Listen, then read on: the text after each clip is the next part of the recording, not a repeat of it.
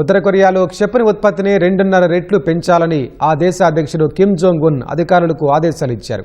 ఓ ఆయుధ ఉత్పత్తి కర్మాగారాన్ని సందర్శించిన కిమ్ అక్కడి క్షిపణులు, ఇతర ఆయుధ సంపత్తిని వివరాలపై ఆరా తీశారు.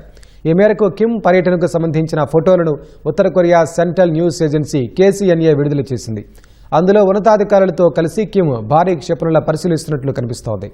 ఈ సందర్భంగా వివిధ రకాల బాలిస్టిక్, క్రూయిజ్ క్షిపణుల ఉత్పత్తి సామర్థ్యాన్ని విస్తరించేందుకు క్షిపణి యంత్రాంగం రూపొందించిన దీర్ఘకాలిక ప్రణాళికలపై నివేదికలను అధికారులు కిమ్కు సమర్పించారు.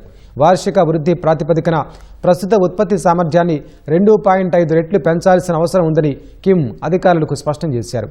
అందుకు తగ్గట్టుగా చర్యలు తీసుకోవాలని కిమ్ ఆదేశాలు ఇచ్చారు. అంతకుముందు రోజు గతేడాది ప్రయోగం విఫలమై ఆ తర్వాత మరమ్మతులకు గురైన ఓ కొత్త యుద్ధనౌక సముద్ర పరీక్షలను కిమ్ స్వయంగా పర్యవేక్షించారు. 5,000 టన్నుల సామర్థ్యం గల విధ్వంసక నౌక కాంగ్కాన్ సామర్థ్య పరీక్షలను కిమ్ పరిశీలించారు.